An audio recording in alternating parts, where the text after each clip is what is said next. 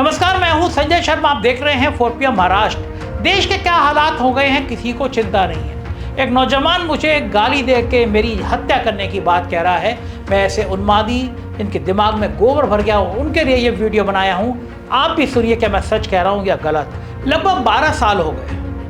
12 साल में एक आम आदमी की जिंदगी बेहतर हुई या बदतर, ये सवाल किसी अखबार में नहीं छपता, किसी टीवी चैनल पर नहीं आता, लेकिन हर घर की रसोई से ये सवाल रोज उठता है जब माँ हिसाब लगाती है कि आज क्या बनेगा। 2014 में पेट्रोल 71 रुपया था, आज 100 रुपये क्रॉस हो रहा है। डीजल जो 55-56 रुपये था वो आज 90 रुपये तक पहुंच रहा है। और ये फर्क सिर्फ पेट्रोल पंप पर नहीं पड़ता, ये फर्क उस सब्जी पर पड़ता है जो ट्रक से आती है, उस दूध पर पड़ता है जो टेम्पो में आता है, उस आटे पर पड़ता है जो मिल से आता है। पेट्रोल महंगा होता है तो सब कुछ महंगा होता है, और ये बात वो इंसान सबसे पहले समझता है जिसकी तनख्वाह 20-25 हज़ार रुपया है और उसका अब हर महीने का खर्चा 27-28 हज़ार रुपया पहुंच गया है। सरकार ने एक्साइज ड्यूटी 2014 में 9-10 रुपए से बढ़ाकर एक वक्त 32-33 रुपए प्रति लीटर कर दी। जब अंतर्राष्ट्रीय बाजार में तेल सस्ता हुआ वो फायदा जनता को नहीं मिला, वो सरकारी खजाने में गया, मोदी जी की जेब में गया, मतलब सरकार की जेब में गया और सरकार के दोस्तों अंबानी अडानी की जेब में गया। और जब तेल महंगा हुआ तो वो बोझ जनता पर डाल दिया गया। यानी नुकसान हमेशा जनता का, फायदा हमेशा ऊपर वालों का। एलपीजी सिलेंडर 2014 में 410 रुपए के आसपास था, आज 1000 रुपया पहुंच रहा है। उज्ज्वला योजना में करोड़ों को कनेक्शन मिला, ये सच है, इसे नकारा नहीं जा सकता। लेकिन जब रिफिल कराना ही 800-900 रुपए का होने लगा तो वो औरत जो दिहाड़ी पर जीती है, जिसके घर में महीने में ही 3-4 हज़ार रुपए आते हैं, वो दोबारा लकड़ी जलाने लगती है क्योंकि सिलेंडर भरवाना उसके बस का रहा नहीं। सरकार की रिपोर्ट खुद ये मानती है कि उज्ज्वला लाभार्थियों में से बड़ी तादाद में लोगों ने सिलेंडर भरवाना बंद कर दिया। तो योजना का नाम बड़ा है, जमीन पर तस्वीर अलग है। दाल जो 60-70 रुपए किलो की थी, आज वो 150 रुपए तक पहुंच गई है। सरसों का तेल जो 2014 में 70 रुपए तक था, आज वो 160 से 180 रुपए पहुंच गया। टमाटर जो 10-15 रुपए किलो आता था, वो 2024 तक 200 रुपए किलो तक चला गया था। आटा, चावल, दूध सब कुछ 2-3 गुना हो गया। सरकार कहती है CPI यानी महंगाई दर 4-5% है, लेकिन वो CPI एक ऐसी टोकरी से नापी जाती है जिसमें उन चीज़ों का वजन कम कर दिया जाता है जो सबसे ज़्यादा महंगी हुई है। आम आदमी की थाली से, गरीब की रोटी से महंगाई नापें तो ये दर 4% नहीं 14% से भी ज़्यादा हो चुकी है। और इन सबके बीच एक मध्यम वर्गीय खड़ा है, ना इतना गरीब कि सरकारी योजनाओं का फायदा मिले और ना इतना अमीर की महंगाई से फर्क ना पड़े। वो इंसान जो हर महीने इनकम टैक्स भरता है, जो हर लीटर पेट्रोल पर 30 रुपये टैक्स देता है, जो बच्चों की प्राइवेट स्कूल की फीस देता है क्योंकि सरकारी स्कूल पर भरोसा नहीं, जो प्राइवेट हॉस्पिटल में इलाज कराता है क्योंकि सरकारी अस्पतालों में दवाइयाँ नहीं मिलती, दवाइयाँ मिल जाए डॉक्टर नहीं होते। वो इंसान जो सबसे ज़्यादा टैक्स देता है और सबसे कम राहत पाता है। चुनाव आने पर पेट्रोल के दाम अचानक नहीं बढ़ते, चुनाव जैसे ही खत्म होता है दाम बढ़ जाते हैं। 2022 में उत्तर प्रदेश चुनाव से पहले 5 महीने तक पेट्रोल के दाम नहीं बढ़े, तेल कंपनियां घाटा उठाती रही। चुनाव खत्म हुए तो एक हफ्ते में 10 रुपये बढ़ गए। यानी डायनामिक प्राइसिंग तब रुकती है जब वोट मांगने होते हैं और तब दौड़ती है जब वोट मिल जाते हैं। ये नीति नहीं, ये धोखा है, ये आपके साथ पूरा खिलवाड़ है। कौन करता है ये खिलवाड़? कैसे होता है ये खिलवाड़? सरकार क्या आपसे खिलवाड़ करने के लिए बनी है? सरकार क्या आपको धोखा देने के लिए बनी है? अब आप मेरी बात ऐसे समझिए, एक नौजवान है 22 साल में, जिसने ग्रेजुएशन किया, फिर 2 साल में पोस्ट ग्रेजुएशन किया, फिर सोचा सरकारी नौकरी मिलेगी, फॉर्म भरा 500 रुपये का, फिर दूसरा फॉर्म 800 रुपये का, कोचिंग 40-50 हज़ार रुपये साल की, पता नहीं माता ने गहने बेचे, पिता ने जमीन बेची, पढ़ाई, परीक्षा की तारीख आई, फिर बदली, फिर रद्द हुई। अब वो 27 साल का है, बाप रिटायर हो चुका है, घर में कर्जा बढ़ गया और वो अभी भी तैयारी कर रहा है। परीक्षा होती है, पेपर लीक हो जाता है, परीक्षा होती है तो कुछ और घपला सामने आ जाता है, परीक्षा रद्द हो जाती है। ये एक लड़के की कहानी नहीं है, ये देश के हर शहर, हर कस्बे और हर गांव की कहानी है। 2014 में विश्व गुरु ने वादा किया था हर साल 2 करोड़ नौकरियां दें। CMI के आंकड़े बताते हैं कि रोजगार दर 2016-17 में 43% थी, जो गिरते गिरते 37% तक आ गई।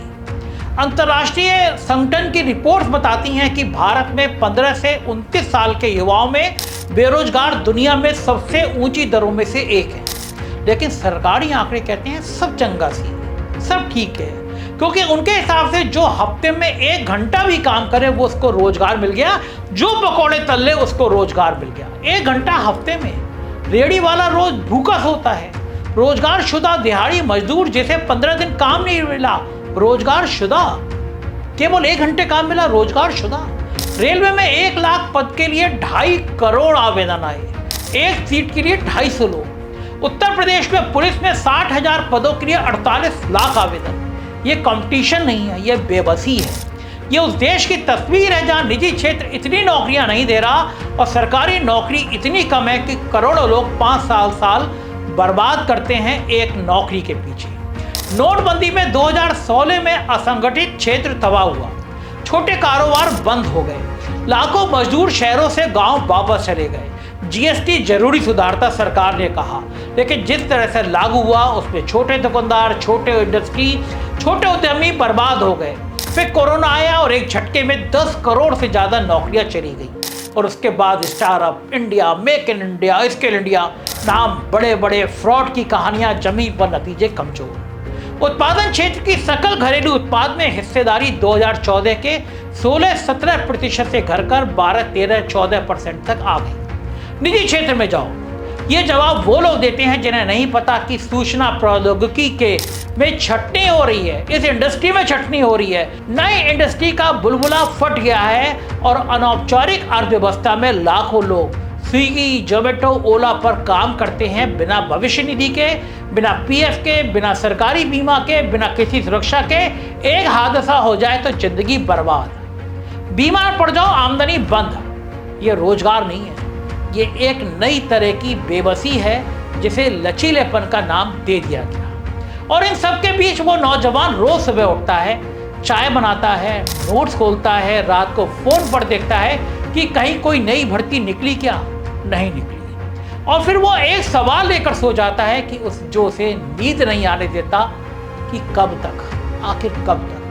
राष्ट्रीय अपराध अनुसंधान ब्यूरो के आंकड़े बताते हैं कि हर साल हजारों युवा आर्थिक तंगी और बेरोजगारी से तंग आकर जिंदगी खत्म कर लेते हैं, आत्महत्या कर लेते हैं। यह कोई दुर्घटना नहीं है, यह सरकार की नाकामी है, नाकारापन है और इस नाकामी पर कोई प्राइम टाइम बहस नहीं होती, क्योंकि वहां सिर्फ हिंदू और मुसलमान होता है। कल्पना कीजिए कि आपने 3 साल रोज 10-12 घंटे पढ़ाई की, माँ ने गहने बेचे, बाप ने उधार लिया, आप परीक्षा हॉल में गए, पेपर हल किया, घर आए, खाना खाया और फिर सो गए।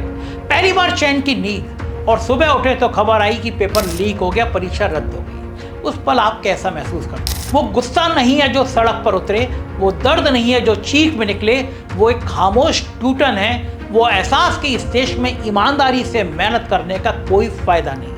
जो पैसे देकर पेपर खरीद सकता है वो आगे जाएगा और जो रात को बिजली चले जाने पर मोमबत्ती जलाकर पड़ता है वो पीछे रहेगा। नीट का पेपर लीक हुआ, 24 लाख बच्चे, हर बच्चे ने 2-3 साल लगाए थे, लाखों रुपए कोचिंग में गए थे और एक रात में सब कुछ डूब गया, अंधेरे में चला गया। विश्वविद्यालय अनुदान आयोग की राष्ट्रीय पात्रता परीक्षा रद्द हुई। वैज्ञानिक एवं औद्योगिक अनुसंधान परिषद की परीक्षा में गड़बड़ी सामने आई। बिहार पुलिस, उत्तर प्रदेश पुलिस, राजस्थान लोक सेवा आयोग, मध्य प्रदेश व्यापम जिसमें इतने लोगों की रहस्य में मौत हो गई कि गिनती भूल जाए। एक रिपोर्ट के मुताबिक पिछले कुछ सालों में देश में 70 से ज्यादा बड़े पेपर लीक हुए, यानी लगभग हर महीने कहीं ना कहीं कोई ना कोई परीक्षा का पेपर बाहर निकल गया। पेपर लीक कोई अचानक नहीं होता, उसके पीछे पूरा माफिया है। छपाई घर से लेकर परीक्षा केंद्र तक हर जगह एक चैन बंधी हुई है, एक व्यवस्था सड़ी हुई है। पेपर छपता है, किसी भीतर के आदमी से निकलता है, व्हाट्सएप पर बिकता है 5 लाख, 10 लाख, 20 लाख रुपए में। जो खरीद सकता है वो खरीदता है, जो नहीं खरीद सकता वो बर्बाद होता है। और सरकार क्या करती है? सीबीआई जांच का आदेश, विशेष जांच दल गठित, बयान आता है दोषियों को बख्शा नहीं जाएगा, फिर कुछ महीनों बाद मामला ठंडा पड़ जाता है, अगली बार फिर लीक, फिर जांच, फिर बयान। यह सिलसिला 11 सालों से चल रहा है। सार्वजनिक परीक्षा संरक्षण कानून 2024 बना, यानी सरकार को खुद पता था कि समस्या गहरी है, लेकिन कानून बनाने से माफिया नहीं टूटता जब तक व्यवस्था के अंदर बैठे लोग उस माफिया के हिस्सेदार हों। व्यापम में आरोपियों के नाम बड़े बड़े थे और जांच कहां तक पहुंची ये पूरा देश जानता है। इन सब का असर सिर्फ एक परीक्षा पर नहीं पड़ता, इसका असर हर उस बच्चे के दिमाग पर पड़ता है जो सोचने लगता है कि पढ़ाई से सब कुछ नहीं होगा। उसके बाप पर पड़ता है जो सोचता है कि लाखों रुपए और बर्बाद करूं या नहीं। उस समाज पर पड़ता है जहां योग्यता की जगह पैसा ले लेता है। और उस देश पर पड़ता है जो कहता है कि हम विश्व गुरु बन गए हैं। लेकिन जहां डॉक्टर की डिग्री लीक हुए पेपर से मिलती हो तो उस डॉक्टर पर आप भरोसा करेंगे? ये 3 मुद्दे अलग अलग नहीं हैं। महंगाई, बेरोजगारी, पेपर लीक, मध्यम वर्ग, ये एक ही बीमारी के 3 लखवा हैं। वो बीमारी है जवाबदेही का ना होना। जब सरकार को पता ना हो कि वो कुछ भी करे, चैनलों पर कवरेज मिलेगी, हिंदू मुसलमान मिलेगा, विपक्ष को कमजोर कर दिया जाएगा, ईडी इनकम टैक्स लगा दी जाएगी, जनता अगले चुनाव तक भूल जाएगी, तो बदलाव क्यों होगा? लेकिन जनता भूल नहीं रही। वो मां नहीं भूलती जिसने गहने बेचे, वो बाप नहीं भूलता जिसने खेत गिरवी रखा हो, वो नौजवान नहीं भूलता जिसका तन साल दर साल बर्बाद हो गया, वो मजदूर नहीं भूलता जो हर लीटर तेल पर रोता रहता है, वो मध्यम वर्गीय नहीं भूलता जो हर लीटर तेल पर 30 रुपये टैक्स भर रहा है। ये चुप्पी गुस्सा बन रही है और ये गुस्सा एक दिन जवाब मांगेगा। जब मांगेगा उस दिन जवाब देने के लिए तैयार रहिएगा। 3-4 करोड़ काकरोच आपका इंतजार कर रहे हैं इस देश की व्यवस्था बदलने के लिए, तो होशियार रहिए, आप मत फंसिए। मैं फिर कह रहा हूँ, हिंदू मुसलमान के झगड़े में मत फंसिए। ये सरकार चाहती है कि आप धर्म की चाशनी ओढ़ के सो जाएं, भूल जाएं कि देश किस तरह तबाही की ओर जा रहा है। मैं सच कह रहा हूँ या गलत जरूर बताइएगा। शुक्रिया, थैंक यू।